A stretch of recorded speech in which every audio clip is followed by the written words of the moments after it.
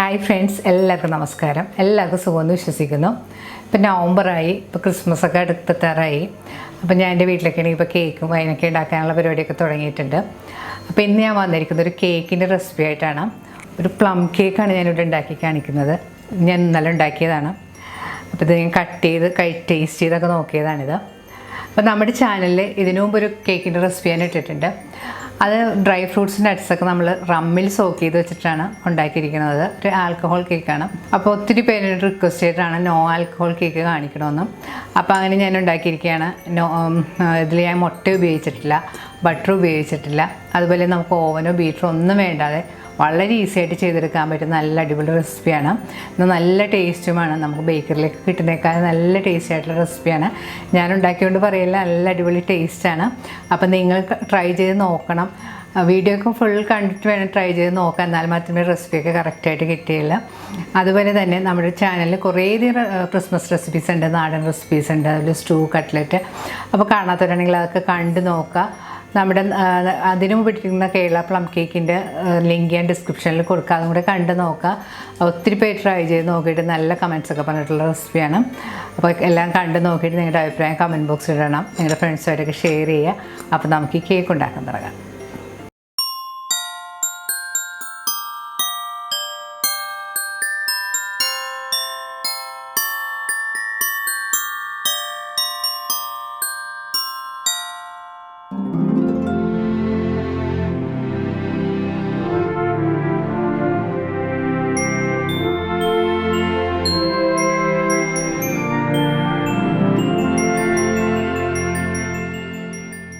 Cake ഉണ്ടാക്കാൻ ഞാനിവിടെ എടുത്തിരിക്കുന്ന ഡ്രൈ ഫ്രൂട്ട്സ് നട്ട്സുമാണിത്. White raisins, dates, black raisins, cherry, cashew nuts. ഇതെല്ലാം നമുക്കൊന്ന് ചെറുതായിട്ട് ചോപ്പ് ചെയ്തെടുക്കണം.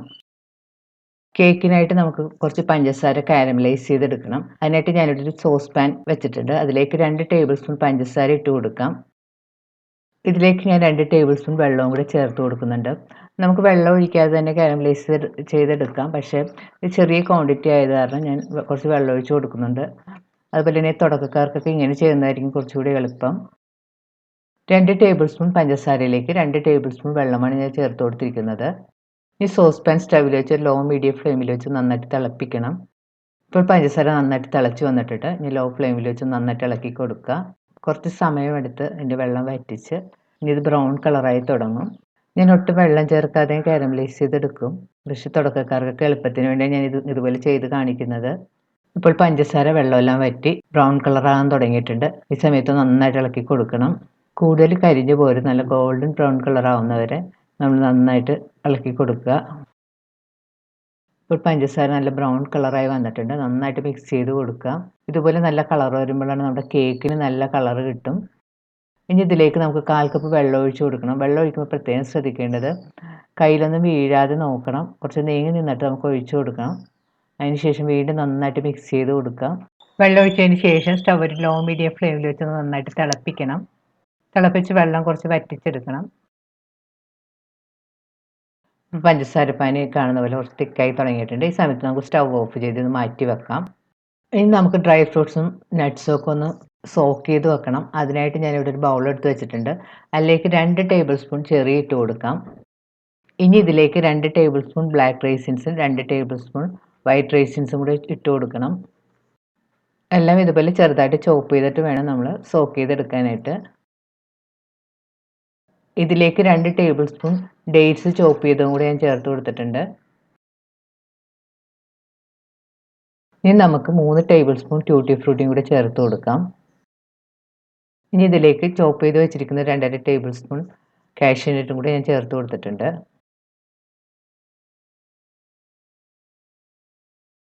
ഇനി ഇതിലേക്ക് 1/2 കപ്പ് ഓറഞ്ച് ജ്യൂസും കൂടി ഞാൻ ചേർത്ത് കൊടുത്തിട്ടുണ്ട്. ഓറഞ്ച് ജ്യൂസ് ചേർത്തതിന് ശേഷം സ്പൂൺ കൊണ്ട് നന്നായിട്ട് മിക്സ് ചെയ്ത് യോജിപ്പിക്കണം. നമ്മുടെ ചാനലിൽ ഇതിനു മുമ്പ് ഒരു കേക്കിൻ്റെ റെസിപ്പി ഇട്ടിട്ടുണ്ട്, കേരള പ്ലം കേക്ക്. അത് നമ്മൾ റമ്മിൽ സോക്ക് ചെയ്തിട്ടാണ് കേക്ക് ഉണ്ടാക്കിയിരിക്കുന്നത്. അപ്പോൾ അതിൻ്റെ ലിങ്ക് ഞാൻ ഡിസ്ക്രിപ്ഷനിൽ കൊടുക്കുന്നതാണ്, ആവശ്യമുള്ളവർ കണ്ട് നോക്കുക. ആ കേക്ക് നല്ല സൂപ്പർ ടേസ്റ്റി കേക്കാണ്. ഒത്തിരി പേര് ട്രൈ ചെയ്ത് നോക്കിയിട്ട് നല്ല അഭിപ്രായവും കമൻറ്റൊക്കെ ഇട്ടിട്ടുള്ള കേക്കാണ്. ഇപ്പോൾ ആൽക്കഹോൾ യൂസ് ചെയ്യാത്ത ഒത്തിരി പേര് എന്നോട് ചേച്ചി ഓറഞ്ച് ജ്യൂസിലോ അല്ലെങ്കിൽ ഏതെങ്കിലും ഫ്രൂട്ട് ജ്യൂസിൽ കേക്ക് ചെയ്യുന്നത് കാണിക്കണമെന്ന് പറഞ്ഞിരുന്നു. അതുകൊണ്ടാണ് ഞാൻ കേക്ക് ചെയ്ത് കാണിക്കുന്നത്. അതുപോലെ തന്നെ നമ്മൾ ഈ കേക്കിൽ മുട്ടയോ ബട്ടറോ ഒന്നും യൂസ് ചെയ്യുന്നില്ല. എന്നാലും നല്ല സോഫ്റ്റ് ടേസ്റ്റി ആയിട്ടൊരു കേക്ക് തന്നെയാണിത്. ഇപ്പോൾ ഫ്രൂട്ട്സ് ഒക്കെ നന്നായിട്ട് മിക്സ് ചെയ്തെടുത്തിട്ടുണ്ട്. ഇത് നമുക്ക് 1 മണിക്കൂർ മാറ്റി വെച്ചിട്ട് വേണമെങ്കിൽ ഉപയോഗിക്കാം. ഞാൻ പക്ഷേ ഓവർനൈറ്റ് വെച്ചിട്ടാണ് ഇത് കേക്ക് ഉണ്ടാക്കിയത്. അല്ല നിങ്ങളുടെ താല്പര്യം പോലെ ചെയ്യാം. ഇനി കേക്കിൽ ചേർക്കാനായിട്ട് നമുക്ക് കുറച്ച് സ്പൈസസ് പൊടിച്ചെടുക്കണം. അതിനായിട്ട് ഞാനിവിടെ എടുത്തിരിക്കുന്നത് ഒരു 4 ചെറിയ കഷ്ണം പട്ട, ഒരു 4 ഏലക്ക, ഗ്രാമ്പ് 6 എണ്ണം, അതുപോലെ പിന്നെ ഞാൻ എടുത്തിരിക്കുന്നത് ജാതിക്കയാണ്. ഒരു ജാതിക്കയുടെ ഒരു 1/4 ഭാഗം ജാതിക്ക ഞാൻ എടുത്തിട്ടുണ്ട്. ഇതെല്ലാം കൂടെ നമുക്ക് മിക്സിയിലിട്ട് നന്നായിട്ട് പൊടിച്ചെടുക്കണം. ഇത് മുഴുവനും പൊടിച്ചത് നമ്മൾ കേക്കിൽ ചേർക്കേണ്ട ആവശ്യമില്ല. ഇതിന് 1 ടീസ്പൂൺ മാത്രം ചേർത്താൽ മതി. ബാക്കിയുള്ളത് നമുക്ക് സൂക്ഷിച്ച് വെച്ചിട്ടുണ്ടെങ്കിൽ പിന്നീട് കേക്ക് ഉണ്ടാക്കുമ്പോൾ നമുക്ക് ഉപയോഗിക്കാം. ഇപ്പോൾ മസാല എല്ലാം കാണുന്ന പോലെ പൊടിച്ചെടുത്തിട്ടുണ്ട്. ഇനി ഇത് നമുക്ക് മാറ്റി വെക്കാം. പൊടിച്ചെടുത്ത മസാലപ്പൊടി എപ്പോഴും നമ്മൾ ഒരു എയർ ടൈറ്റ് കണ്ടെയ്നറിലിട്ട് സൂക്ഷിക്കാൻ ശ്രദ്ധിക്കണം. അല്ലെങ്കിൽ അതിൻ്റെ മണവും ഗുണവും ഒക്കെ നഷ്ടപ്പെടും. ഇനി കേക്കിൻ്റെ ബാറ്റർ ഉണ്ടാക്കാനായിട്ട് ഒരു ബൗളിലേക്ക് നമുക്ക് 1/2 കപ്പ് പാൽ ഒഴിച്ചു കൊടുക്കാം. ഇതിലേക്ക് 1/2 കപ്പ് പൊടിച്ച പഞ്ചസാര ചേർത്ത് കൊടുക്കാം. ഇനി ഇതൊരു വിസ്കോ ഫോർക്കോ കൊണ്ടൊന്ന് മിക്സ് ചെയ്ത് യോജിപ്പിക്കണം.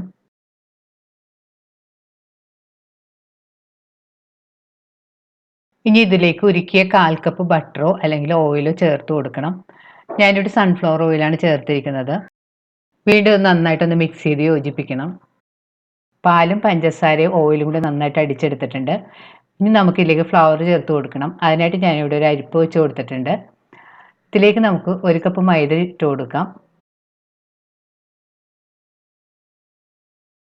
ഇനി ഇതിലേക്ക് 1 ടീസ്പൂൺ ബേക്കിംഗ് പൗഡറും 1/2 ടീസ്പൂൺ ബേക്കിംഗ് സോഡയും കൂടി ചേർത്ത് കൊടുക്കാം. ഇതിലേക്ക് നമുക്ക് നേരത്തെ പൊടിച്ചു വെച്ചിരിക്കുന്ന 1 ടീസ്പൂൺ സ്പൈസ് പൗഡറും കൂടെ ചേർത്ത് കൊടുക്കാം. അതിനുശേഷം ഇതൊന്ന് നന്നായിട്ട് അരിച്ചെടുക്കണം. ഇനി ഇതിലേക്ക് 1 ടീസ്പൂൺ വാനില എസൻസും കൂടെ ചേർത്ത് കൊടുക്കാം. ഇനി വിസ്ക് ഉപയോഗിച്ച് ഇതെല്ലാം കൂടെ ഒന്ന് പതുക്കെ മിക്സ് ചെയ്തെടുക്കണം. ഒട്ടും കട്ടയില്ലാതെ നല്ലതുപോലെ മിക്സ് ചെയ്തെടുക്കണം. ഇപ്പോൾ ബാറ്റർ നന്നായിട്ട് മിക്സ് ചെയ്തെടുത്തിട്ടുണ്ട്. ഇനി നമുക്കിതിലേക്ക് നേരത്തെ സോക്ക് ചെയ്ത് വെച്ചിരിക്കുന്ന ഡ്രൈ ഫ്രൂട്ട്സും നട്ട്സും കൂടി ചേർത്ത് കൊടുക്കാം.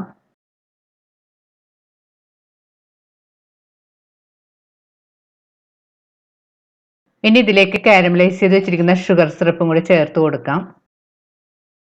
ഇനി ഒരു സ്പാറ്റിൽ ഉപയോഗിച്ച് പതുക്കെ ഫോൾഡ് ചെയ്ത് കൊടുക്കാം. ഇനി കൂടുതൽ ബലത്തിലൊന്നും ഇട്ട് ഇളക്കേണ്ട ആവശ്യമില്ല.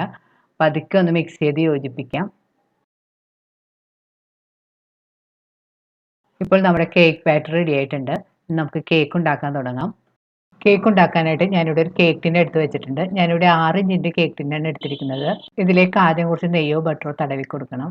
ഇതിൻ്റെ മുകളിലേക്ക് റൗണ്ട് ഷേപ്പിൽ വെട്ടിയൊരു ബട്ടർ പേപ്പർ വെച്ച് കൊടുക്കാം. അതിൻ്റെ മുകളിലേക്കും കുറച്ച് നെയ്യ് തടവി കൊടുക്കണം. നിങ്ങളുടെ കയ്യിൽ ബട്ടർ പേപ്പർ ഒന്നും ഇല്ലെങ്കിലും കുഴപ്പമൊന്നുമില്ല. എണ്ണ തടവിയതിന് ശേഷം അതിലേക്ക് കുറച്ച് മൈദ തൂവി കൊടുക്കുക. എന്നിട്ട് കൂടുതലുള്ള മൈദ കുടഞ്ഞ് കളഞ്ഞിട്ട് അതിലേക്ക് കേക്ക് ബാറ്റർ ഒഴിച്ച് നമുക്ക് കേക്ക് ഉണ്ടാക്കാം. ഇനി കേക്ക് ടിന്നിലേക്ക് റെഡിയാക്കി വെച്ചിരുന്ന കേക്ക് ബാറ്റർ ഒഴിച്ചു കൊടുക്കാം.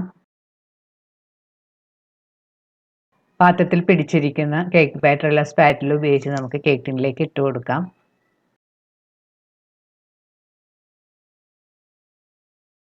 ഇനി കേക്ക് ടിൻ ഒന്ന് താഴേക്ക് മുട്ടി ടാപ്പ് ചെയ്ത് കൊടുക്കാം. അപ്പോൾ അതിലുള്ള എയർ ബബിൾസ് ഒക്കെ ഒന്ന് പോയി കിട്ടും. ഇനി ഇതിൻ്റെ മുകളിലേക്ക് നമുക്ക് കുറച്ച് മുന്തിരിയും കശുവണ്ടിയൊക്കെ ഇട്ട് കൊടുക്കാം. ഇതൊക്കെ ഓപ്ഷനിലാണ്, നിങ്ങൾക്ക് ഇഷ്ടമുണ്ടെങ്കിൽ ചെയ്താൽ മതി.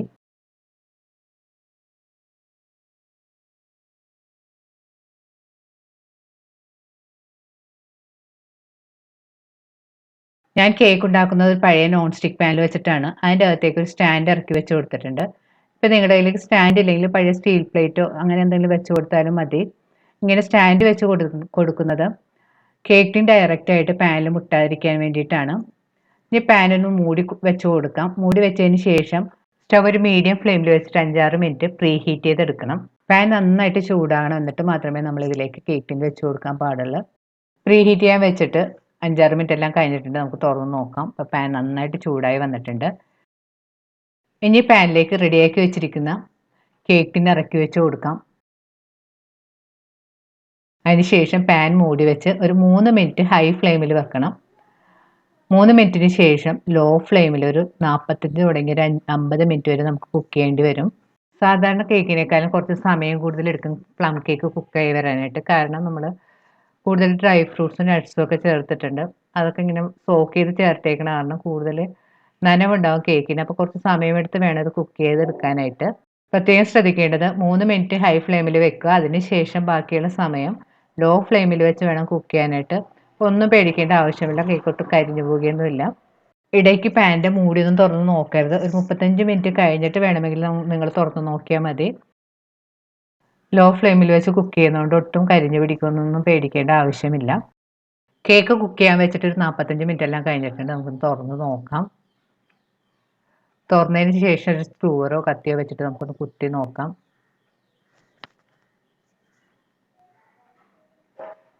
സ്ക്രൂവറൊക്കെ നല്ല ക്ലീൻ ആയിട്ട് വന്നിട്ടുണ്ട്. ഒട്ടിപ്പിടിച്ചിട്ടില്ല. കേക്ക് നല്ല പാകമായി വന്നിട്ടുണ്ട്. വേണമെങ്കിൽ കേക്കിൻ്റെ ഒരു നടുഭാഗത്ത് ഒന്നുകൂടി കുത്തി നോക്കാം നമുക്ക്. ഒട്ടും ഒട്ടിപ്പിടിച്ചിട്ടില്ല. കേക്ക് നല്ല പാകമായി വന്നിട്ടുണ്ട്. ഇങ്ങനെ കുത്തി നോക്കുമ്പോൾ മാവ് വല്ല ഒട്ടിപ്പിടിക്കുകയാണെങ്കിൽ വീണ്ടും നമുക്ക് കുറച്ച് സമയം കൂടി വെച്ച് കുക്ക് ചെയ്യാം. ഇനി സ്റ്റവ് ഓഫ് ചെയ്തതിന് ശേഷം കേക്ക് പുറത്തേക്ക് എടുക്കാം. കേക്ക് തണുക്കാനായിട്ട് കുറച്ച് സമയം മാറ്റി വെക്കണം. ഇപ്പോൾ കേക്ക് തണുത്ത് വന്നിട്ടുണ്ട്. ഇനി നമുക്ക് കേക്ക് ടിന്നിൽ നിന്ന് പുറത്തേക്ക് എടുക്കാം.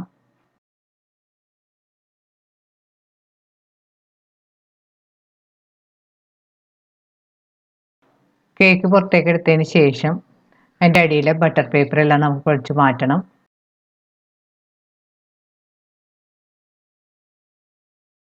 ഇനി നമുക്കൊരു പ്ലേറ്റിലേക്ക് വെക്കാം. നല്ല സോഫ്റ്റ്, നല്ല ടേസ്റ്റി ആയിട്ടുള്ളൊരു കേക്കാണ്. നല്ലൊരു മണമൊക്കെ വരുന്നുണ്ട്.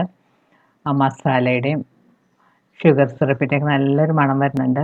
ഇപ്പോൾ നല്ല സോഫ്റ്റും നല്ല ടേസ്റ്റിയുമായ നമ്മുടെ ക്രിസ്മസ് പ്ലം കേക്ക് റെഡി ആയി കഴിഞ്ഞാൽ വളരെ ഈസി ആയിട്ട് നമുക്ക് ചെയ്തെടുക്കാൻ പറ്റുന്ന ഒരു റെസിപ്പിയാണ്. നല്ല ടേസ്റ്റിയുമാണ്.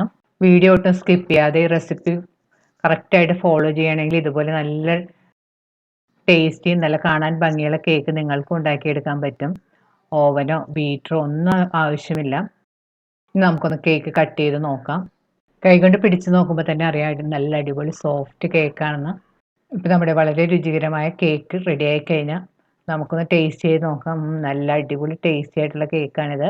അപ്പം നിങ്ങളിത് ട്രൈ ചെയ്ത് നോക്കുക. ട്രൈ ചെയ്ത് നോക്കിയിട്ട് നിങ്ങളുടെ അഭിപ്രായം കമൻറ്റ് ബോക്സിൽ ഇടാൻ മറക്കരുത്. നിങ്ങളുടെ ഫ്രണ്ട്സായിട്ടൊക്കെ ഷെയർ ചെയ്യുക. വീണ്ടും ഇതുപോലുള്ള അടിപൊളി നല്ല ക്രിസ്മസ് റെസിപ്പി ആയിട്ട് നമുക്ക് കാണാം. Thank you.